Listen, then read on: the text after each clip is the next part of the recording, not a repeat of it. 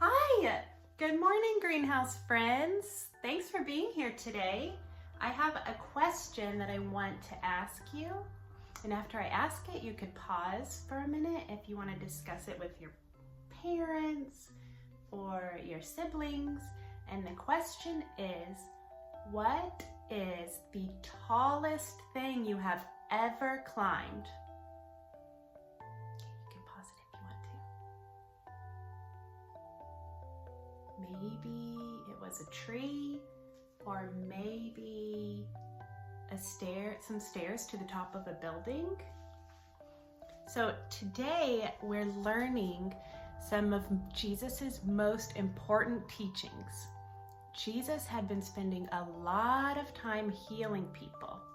In addition to their physical hurts and pains, Jesus saw that people had broken hearts and unsteady hope. So after healing so many people, Jesus decided to care for them in other ways. So he led them, the people who had been following him, to a mountain. See our mountain? It's really tall. Mountains had a special meaning in Jesus' time. People believed mountains were holy places to connect with God. Maybe because they reached up so high into the sky.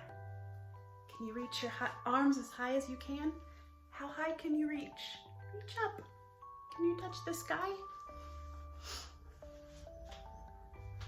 There are lots of stories in the Bible about people having meaningful connections with God on mountaintops. Can you think of any?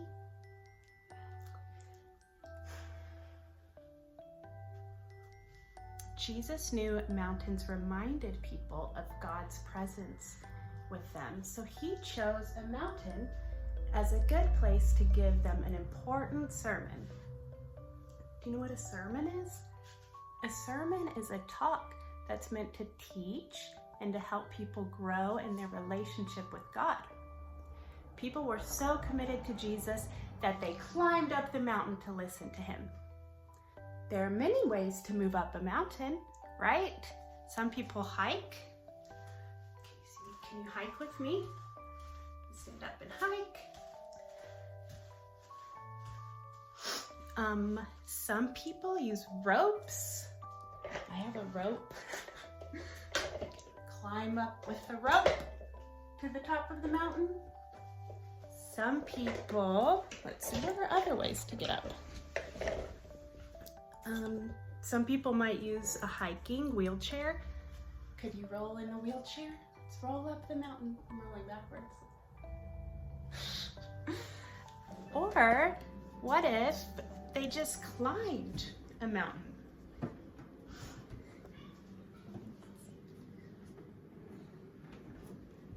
So maybe you just climb using your arms and your legs to reach a higher place.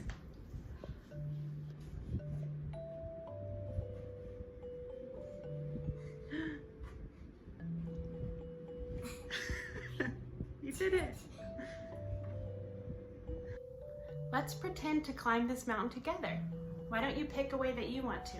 You can hike, you can pretend like you're climbing a rope, you can wheel, or you can climb one step at a time with your arms. So I'm gonna hike. I think that's the easiest way. Let's hike 20 times up the mountain. 1, 2, 3, 4, 5, 6, 7, 8, 9, 10, 11, 12, 13, 14, 15, 16, 17, 18, 19, 20. We're on the top of the mountain. You did it. Great job. We're so high and I'm so tired from climbing all the way up. Whew. Okay. So now we're on the top of the mountain. I think we should find a seat and let our bodies settle after climbing up that big, big mountain. Okay. Are you settled? Did you find a place to sit? So here we are. I can't see the top of my mountain, but I'm on a really comfy piece of grass. Let's see. Look at my nice grass rug. It's really soft. So I'm feeling ready, and I've cooled off from that big hike. I'm ready to hear the story. So in this Sermon on the Mountain, one of Jesus's first recorded sermons, Jesus lists nine ways that people are blessed. And to be blessed means to be happy or satisfied.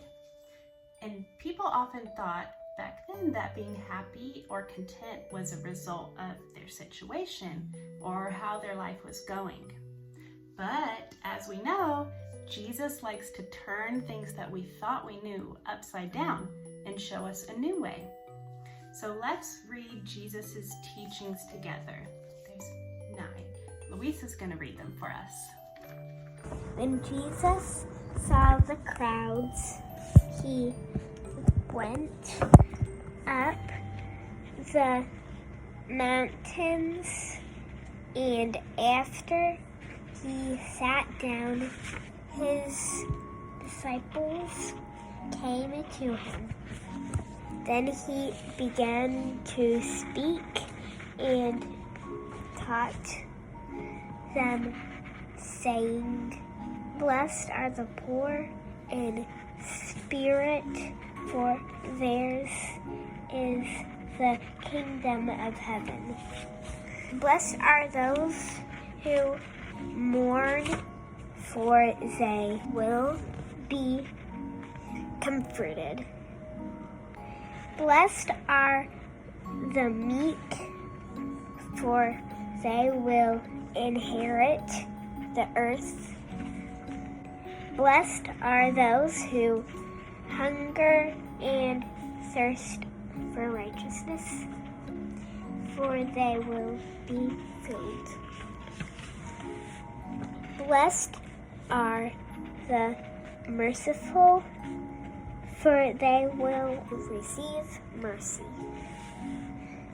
Blessed are the pure in heart, for they will see God. Blessed are the peacemakers, for they will be called children of God. Blessed are those who are persecuted for righteousness' sake, for theirs is the kingdom of heaven. Blessed are you when people revile you and persecute you, and utter all kinds of evil against you, falsely on my account. Rejoice and be glad, for your reward is great in heaven. For in the same way they persecuted the prophets who were before you. The people listening to Jesus were astonished, and some were confused, and some were surprised, and some were relieved. People who were mourning and very sad were blessed, happy to the fullest. Meek, gentle people receive power over the earth. This is the opposite of what their culture had been telling them. Their culture told them power and possessions, stuff, is what makes a person happy or blessed. Did you notice how each of the Beatitudes seems to have 2 parts? First, Jesus makes a statement. Then he gives a promise. For example, Jesus makes the statement, "Blessed are the poor in spirit." Then Jesus gives the promise, "For theirs is the kingdom of heaven."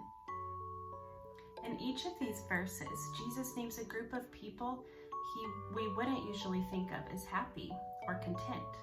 And then he offers them a promise for healing and hope for right now not just in the future. The way Jesus promises these blessings is his way of bringing God's kingdom to us here and now. So next, I would like to give you a blessing. And a blessing is something you receive. So open your hands like this, like you're ready to receive a gift. And I will speak a blessing. If you receive it, take the blessing and put it in your heart. You are blessed because you follow Jesus all the way up the mountain. When we follow Jesus, we are blessed with good wisdom. Put your blessing in your heart. I also have some coloring pages that I emailed to your parents so they can print these off for you. And they're the 9 things that Jesus told us about today. There's 3, so each one has 3 different Beatitudes on them. And while you color, you can talk about these questions with your family, or maybe you can just think about them in your head. And when I color, it helps me kind of think, or if I'm like asking questions with people, sometimes it's nice to have something to do with your hands, like coloring. So while you color, you can ask yourself or your family some of these questions. So, what surprised you about Jesus' sermon today?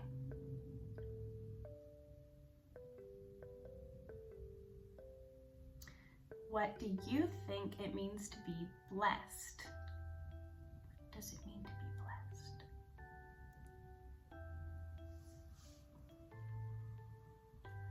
How do you think the people that were there hearing Jesus' promises felt when he was speaking? Thank you so much for being here today, and I hope you have a great week coming up. And so let's close today with a prayer. Okay? Pray. God of hope, thank you for encouraging our hearts and strengthening our spirits with your promises. Please help us live your way as merciful, pure in heart peacemakers who bring your kingdom to earth here and now. Show us who needs your hope today and lead us to share it. Amen. Bye guys, have a great week.